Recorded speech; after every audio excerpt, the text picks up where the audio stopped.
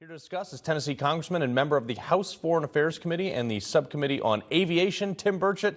Congressman, appreciate you being here.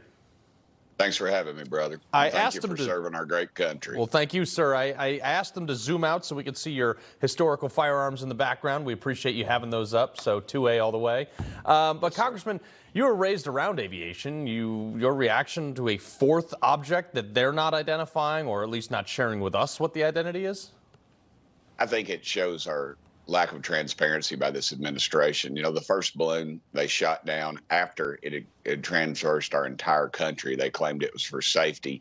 And obviously, they could have dropped the thing in Montana. They're more likely to hit some guy with a mullet and a tank top on Myrtle Beach than they were to hit somebody in Montana if that thing had dropped. You know that. Yeah. Montana's a very low population state.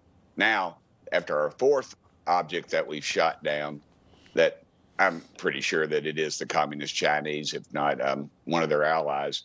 All they're doing now is just checking our will, and clearly what has happened. The first one, the Chinese, as you know, they study every movement we make. They studied the fact that we did not have the willpower to shoot it down. They obviously, General Milley, his conversations with the Chinese, unbeknownst to President Trump during the Trump administration, and then he tells our president not to shoot it down after the president tells him to shoot it down. I think you being a military man, you see the clear. We need to have a clear break between our civilian leadership and our military, and obviously we don't. And now the Chinese realize that after we get political power pressure, that our president does yield to that. But the odd thing I thought was President Trudeau, who is he's no fan of Second Amendment, obviously being in Canada, but clearly. he's also not a very aggressive. I would not call him a hawk in the least sense. He's more of a far left dove. He clearly saw the problem with it and had us shoot it down immediately. Yeah. And so I think, and the only reason we're talking about it is because somebody saw the first one.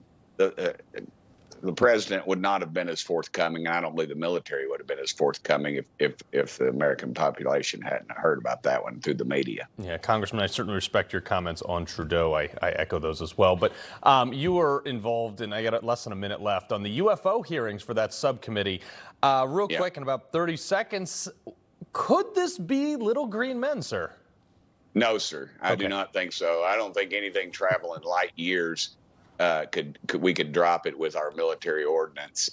That is a big, I believe it's a cover up. This is, the UFO situation is a cover up. I believe we've had incidents, Roswell. I believe we've recovered material, and I believe that it's being covered up. Again, our friends at the Pentagon and others in big tech, they have some of this material.